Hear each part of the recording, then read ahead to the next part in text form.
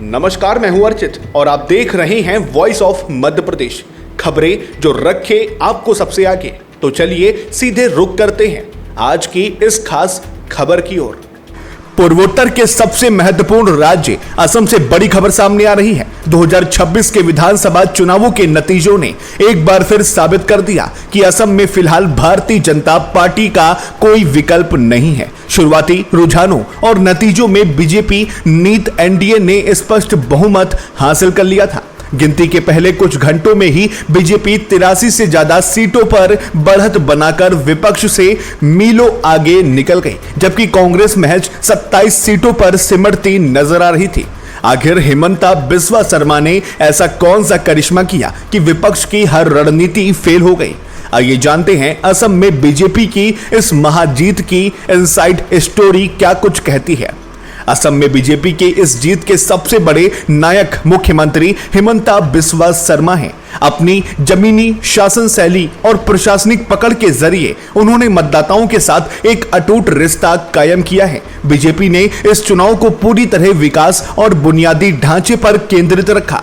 सड़कों का जाल, नई निवेश परियोजनाएं और अरुणोदय जैसी योजनाओं के जरिए महिलाओं के खातों में सीधे पैसे भेजकर बीजेपी ने एक मजबूत साइलेंट वोटर बेस तैयार किया। लेकिन जीत सिर्फ विकास से नहीं मिली, इसके पीछे पहचान की राजनीति का भी बड़ा हाथ रहा।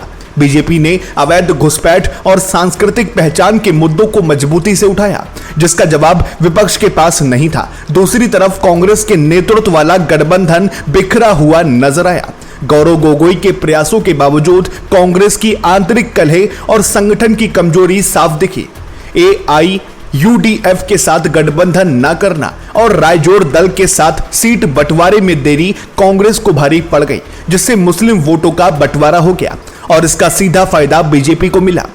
एक और अहम फैक्टर रहा 2023 का परिसीमन। इस प्रक्रिया ने चुनावी समीकरणों को इस तरह बदला कि अल्पसंख्यक बहुल सीटों का प्रभाव कम हो गया, जिससे विपक्षी दलों के लिए वोटों को सीटों में बदलना नामुमकिन हो गया।